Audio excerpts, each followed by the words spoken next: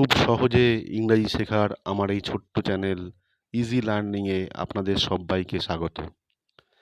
আজ আমরা শিখব ইংরেজিতে যে ভার্বগুলোর খুবই বেশি প্রয়োজন পড়ে, যেমন অ্যাম, ইজ, আর, এই তিনটের সহজ ব্যবহার। আমরা প্রথম জানব যে এই যে ভার্ব অ্যাম, ইজ, আর, এগুলোর আসল ভার্বটার নাম কি। এটার আসল ভার্বের নাম হচ্ছে টু বি। টু বি মানে হওয়া। যেমন I want to be a doctor, I want to be a scientist, I want to be a football player, I want to be honest man. এরকম অসংখ্য বাক্য এই বাক্যটা দিয়েও লেখা যায়, মানে এই ভার্বটা, মেন যে ভার্ব টু বি, এটা দিয়েও অনেক বাক্যেই এর ব্যবহার হয়। কিন্তু আমরা আজকে শিখবো শুধুমাত্র এর যে তিনটে ফর্ম সেটাও জেনে নিই। এই টু বি ভার্বের প্রেজেন্ট ফর্ম হচ্ছে অ্যাম, ইজ, আর, বর্তমান কালের ফর্ম, অর্থাৎ অতীতের নয়, কোথায় কী করেছিলাম, কী করেছিল, এসব নয়। আবার ভবিষ্যতেও নয়, যে কি হবে, কি করবে, সে কি করছে, এইসব কি করবে, এসব হবে না।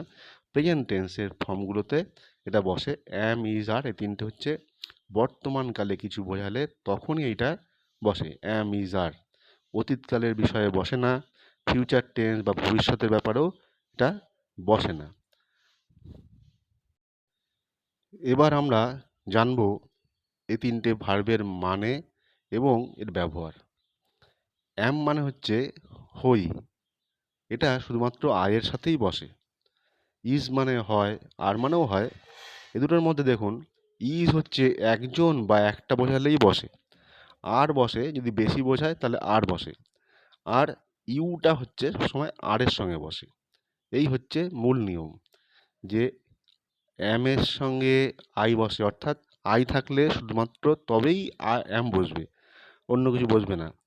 আর ইজটা হচ্ছে একজন বোঝালে বসবে, আর অনেকজন বোঝালে বা অনেক মানুষ বোঝালে বা অনেক জিনিস বোঝালে, অনেক বোঝালে, একের বেশি বোঝালে বসবে। আর ইউ সবসময় আরের সঙ্গে বসে, কারণ ইউ যেমন তুমি হয় সেরকম তোমরাও হয়, তাই ইউকে সবসময় প্লুরাল ধরা হয়, এবং ইউ প্লুরাল হিসাবে সবসময় আরের সঙ্গে বসবে, অর্থাৎ ইউ আর। সেরকম হি ইজ, আবার আই অ্যাম। এই তিনটে হচ্ছে মূল নিয়ম। এই তিনটে একবার মনে রাখলে সারা জীবনে ভুলে যাবে না। এবার কিছু উদাহরণ আমরা দেখছি। I am A boy, I am a student, I am a farmer. সেরকম আই অ্যাম এ সোলজার, এরকম অসংখ্য বাক্যই লেখা যায়, আপনারা নিজেরা ভাববেন। আবার এটা ভার্বের ইউজ দেখুন, I am going to school, I am eating a mango, he is reading a book, I am calling you letter. বা এরকমই অনেক বাক্য লেখা যায়। আপনারা নিজেরা ভাবুন, নিজেরা ভেবে খাতা লিখতে পারেন, ভাবলে হবে, বলতে পারেন। আবার এই যে আমার,